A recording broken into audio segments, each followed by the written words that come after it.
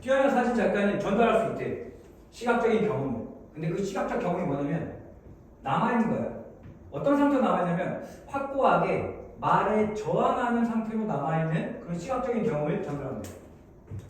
사진이요, 사진. 사진은 전달한다. 시각적인 경험. 근데 이게 이 시각적인 경험이라는 건 말에 저항하는 거야. 이 뒤에 글을 읽으면 알 수 있는데 말로는 표현할 수 없는 그러한 시각적인 경험을 전달하는 게 바로 뭐라고? 사진이라고. 근데 그러니까 예를 들면 바다라는 말보다는 진짜로 바닷가의 사진을 보여주는 게 훨씬 더 생생하죠. 그래서 작가 알버트 카무스라는 사람이 말을 했대. 뭐라고 말했냐면 만약 우리가 이해한다면 삶의 수수께끼를 이해한다면 그렇다면 there would be no need for art. 예술에 대한 필요가 있다 없다? 없대. 봐봐. 지금 이게 가정법인데 삶의 수수께끼를 이해한다면 우리는 예술이 필요 없어 이거야. 지금 가정법 과거야. 그러니까 현재 사실을 반대로 가져가고 있어. 그러니까 예를 들면 이 삶의 수수께끼라는 건 예를 들면 죽음이라고 해볼게. 죽음. 우리가 죽음을 이해한다면 우리는 예술에 대한 필요가 없다고. 예술 필요 없다고. 그럼 이걸 다시 말하면 우리가 죽음을 정확하게 이해할 수 있냐? 절대 이해 못해요. 죽어본 사람이 있어 없어? 죽으면 그걸로 끝이잖아. 맞아요? 그러니까 죽음에 대해서 우리가 잘 모르기 때문에 그러니까 이 필자가 이 말을 하고 싶은 건 우리가 죽음에 대해서 잘 모르기 때문에 예술이 필요하다 이 말이에요. 됐어요? 그러니까 현재 사실은 이거야. 죽음에 대해서 우리가 알지 못하기 때문에 아무것도 모르기 때문에 그렇기 때문에 우리는 예술이 필요하다고. 이 말을 반대로 가져가고 있다고. 맞아? 죽음을 만약에 안다면 우리는 예술이 필요 없다고. 됐을까? 그러니까 이 문장이 하고 싶은 말은 우리가 삶의 수수께끼를 모르기 때문에 결국은 뭐하다고? 예술이 필요하다 이 말이에요. 갑자기 선생님 예술이 왜 나오는데? 이 예술이 뭐야? 사진을 받아주는 거야. 오케이? 우리는 알고 있어. 그 말이 언어가 가지고 있대 힘을. 어떤 힘이야?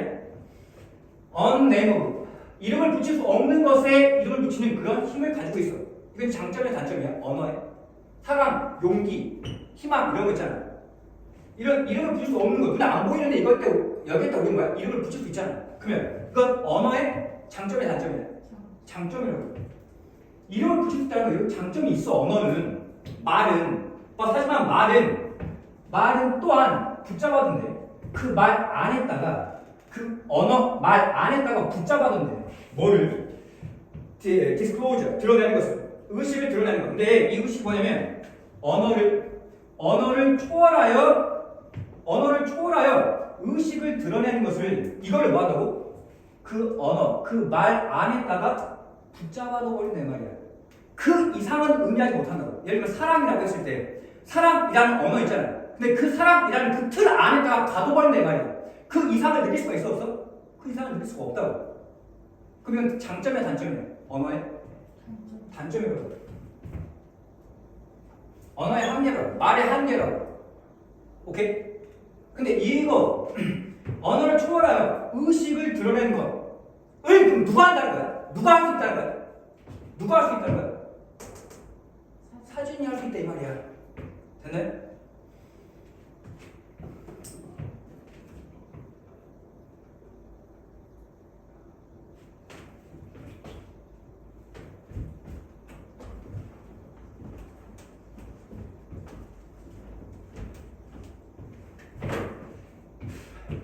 사진은 또한 전달할 줄 모르는데 느낌이나 감정적인 무게를 전달할 수도 있대. 뭐에 대한? 피사체에 대한. 뭐 없이 without being bound by its physical content.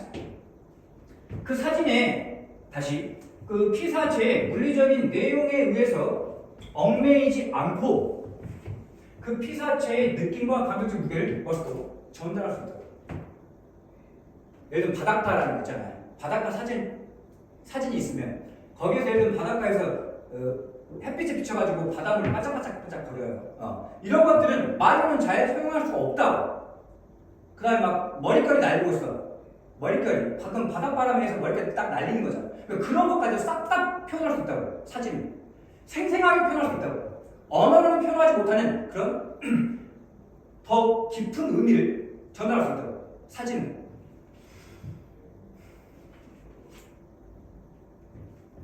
지금 이게 아예 언어의 한계죠. 이게 봐봐. 얽매이는 거야. 그래서 물리적인 내용. 그 물리적인 내용에 의해서 얽매이지 않고 생생하게 전달할 수 있다고. 느낌까지 다 전달할 수 있다고.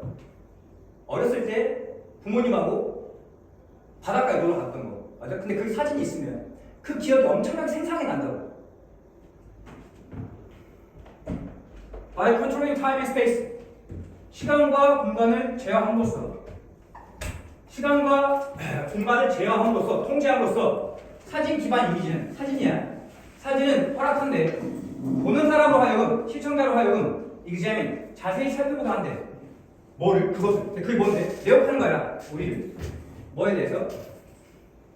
형언할 수 없는 말로 표현할 수 없는 이유 때문에 우리를 매혹하는 그것을 자세히 살펴보도록 허락해준다고. 뭐가 사진이. 말로 그러니까 describable이 이게 지금 말이죠. 말로는 할 수 없다고. 맞아? 말로는 표현할 수 없는 즉 여기까지가 말로는 표현할 수 없는 이유가 바로 생생하게 전달된다 이 말이야. 오케이? 말로는 표현할 수 없는 이유로 우리를 매혹시키는 그것을 자세히 살펴보도록 허락해준다고. 뭐가 사진이. 됐을까?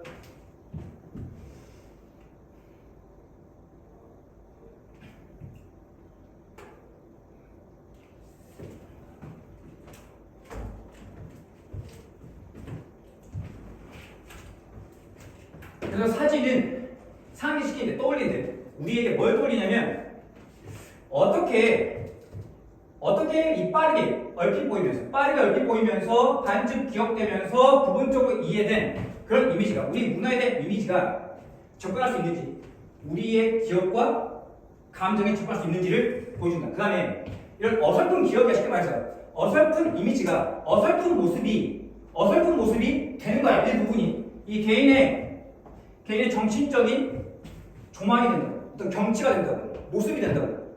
근데 그 정치적 모습이라는 게 뭐냐면 구성되어 있는 거야. 필수적인 구성 요소로. 정체성과 사회적 질서의 필수적인 구성 요소를 구성하고 있는 그런 개인의 정신적인 것까지도 다 일부가 될 수 있다는 것을 우리에게 상기해 주는 거야. 뭐가 사진. 그러니까 머릿속에는 어설프게 남아있어 이미지가. 머릿속에는 어설프게 이미지가 남아있었는데 근데 그게 사진이 어떻게 하면 그걸 접근하게 해준다고. 제대로 접근하게 해주고 그 다음에 심지어 이 개인의 정신적인 그러니까 정체성과 질서까지도 사회적인 질서까지도 다 되게 해준다고. 뭐가? 사진이. 그러니까 예를 들면 2002년 월드컵 들어봤어요? 4강까지 갔었는데 월드컵에서 4강까지 갔어. 근데 그 사진 있잖아요. 네? 2002년 월드컵 그 사진을 보면 그때 당시에 그 흥미진진함, 흥분감 이게 고스란히 전달되면서 또 그때는 다 레드 데비스라고 알아요? 빨간색 옷 입고 있었던 거. 그러니까 우리 대한민국 하나다라는 이러한 사회적 질서까지도 우리는 대한민국 국민이다라는 이런 정체성까지도 구성하는 이 개인의 이 정신적인 생각의 일부까지도 된다라는 그것을 이 사진이 떠올리게 해준다고. 됐나? 사진은 언어로 표현하기 어려운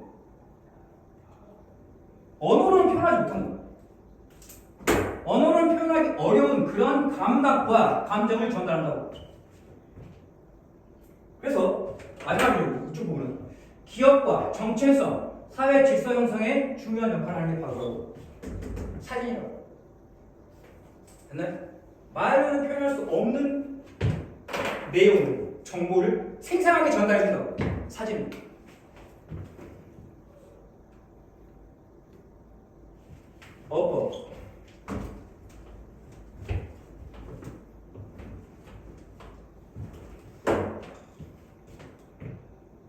이 대생 뒤에 동사 나왔으니까 주격 관계 대명사. 근데 remain이라는 건 이형식 동사예요. remain은 이형식 동사라서 뒤에 보호가 나오는데 반드시 뭘 써야 돼? 보호 자리에는 형사 써야 한다고. 그 다음에 이 defiant라는 건 뭐뭐에 저항하는 뜻이야. defiant to 뭐뭐에 저항하는. 이 defy 형용사에 대한 동사는 뭐야? defy죠. defy 동사. 저항하다. 형용사 is defiant.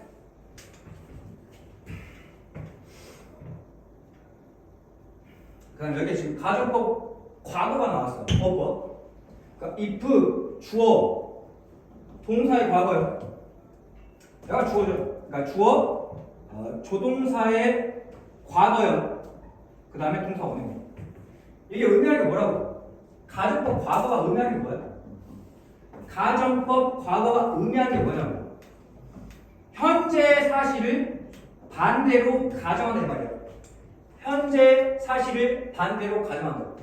됐어? 그러니까 죽음에 대해서 죽음을 우리가 이해한다면 예술은 필요 없어. 이게 지금 가정 상황이야. 그럼 현재 사실은 뭐야? 우리가 죽음을 이해할 수 없기 때문에 그래서 우리는 예술이 필요하다 이 말이라고. 이해했어?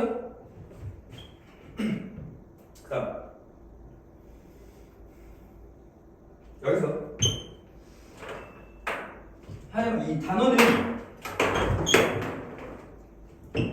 말은 붙잡아둔대. 이게 주어, 이게 동사야. 그냥 목적어가 뭐야? 이게 목적어야. 선생님 이건 뭔데? 이건 전치사 플러스 명사죠. 이거는 목적어가 아니라고. 전치사 플러스 명사, 부사죠. 그것 안에다가 붙잡아둔다고. 이 목적어를. 오케이?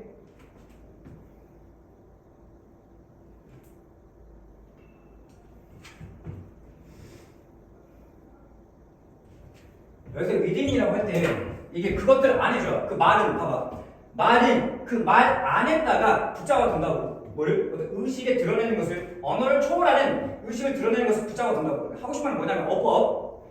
여기에 지금 themselves로 하면 안 돼. 지금 집중한 대상이 words, themselves, them 맞다고. 이게 이거 맞거든. 근데 절대로 제기되면서 themselves 쓰면 안 된다. 왜 안 되냐면 동사에 대한 직접적인 목적어가 아니야. 동사에 대한 직접적인 목적어가 아니라고. 주어하고 목적어가 같을 때 제기대명사 써. 맞아? 주어하고 목적어가 같을 때 제기대명사 쓴다고. 근데 이 동사에 대한 목적어가 여기 있단 말이야. 맞아? 이게 목적어가 아니라고. 이 동사에 대한 직접적인 목적어가 아니다 이 말이야. 그래서 제기대명사를 못 쓴다고. 됐을까?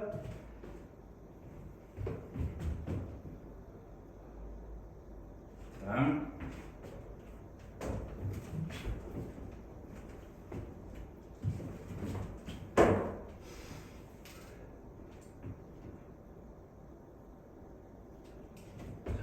목적어 1번이면 목적어 2번이죠.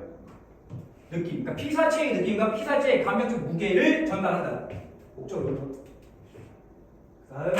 뭐 없이 without being bound by its physical content. 그러니까 물리적인 내용에 얽매인 것 없이, 얽매이지 않고. 이 사진이 이 피사체의 물리적인 내용에 의해서 붙잡히지 않는다. 가두어지지 않는다 이 말이야. 갇히지 않는다고. 그래서 반드시 여기에 being bound 써야 돼. 손태. 얽매이지 않는다고. 갇혀지지 않는다 이 말이야. 하고 싶은 말은 여기에다가 without binding을 하면 안 된다 이 말이야. 반드시 being bound라고. 선생님 갑자기 bind가 왜 나와요? bind, bound, bound이에요.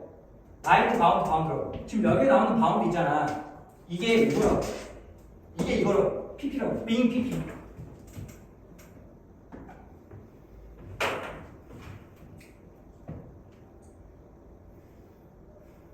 그 다음 5형식 대괄동사.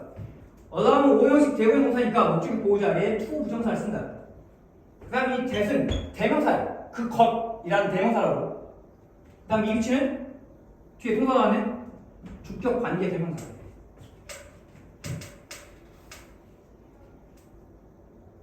그러니까 describable이라는 게 설명할 수 있는 이란 뜻이야. 말로 설명할 수 있는. 그러면 indescribable은 뭔 말이야? 말로 설명할 수 없는 이 말이라고. 이게 형언할 수 없다는 게.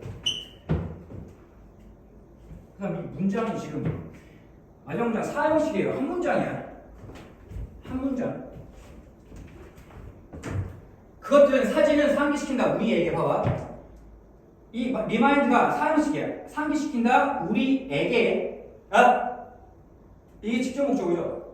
DO를 직접 목적어를 상기시킨다고. 여기서부터 여기까지가 직접 목적어야. 오케이? 근데 선생님 왜 이렇게 길어요? 이게 뭐냐? 이게 뭐야? 봐봐. 의문사, 주어, 동사야. 간접 의문문이야. 간접 의문문. 간접 의문문은 명사절이잖아. 긴 명사라고. 긴 명사니까 이 직접 목적어를 구할 수 있다고. 근데 그 안에서 병렬구조 tap into 접근하다, 활용하다 동사 1번, 그리고 이게 become 동사 2번. 그러니까 can tap into and can become이죠. 여기 can 써. can이 생각돼 있다고. 반복하고 있으니까. 다음에 이 젖은 직격 관계 대명사. 뒤에 동사가 나왔으니까. 이런 단어는 알아야 돼. 인테그럴 필수적인. 인테그럴 필수적인. 수학 시간에 들어보지 않았네. 인테그럴 한 번도 안 들어봤어요? 수학 시간에 이거 인테그럴 뭔지 몰라? 들어본 적 없어요? 적분 아니에요? 이따 그러니까 적분이잖아 이거. 맞아. 그 명사로 적분이라는 뜻도 있어요. 종합적인, 필수적인, 인테그럴. 캘큘러스가 미분. 아? 캘큘러스가 미분. 인테그럴이 적분.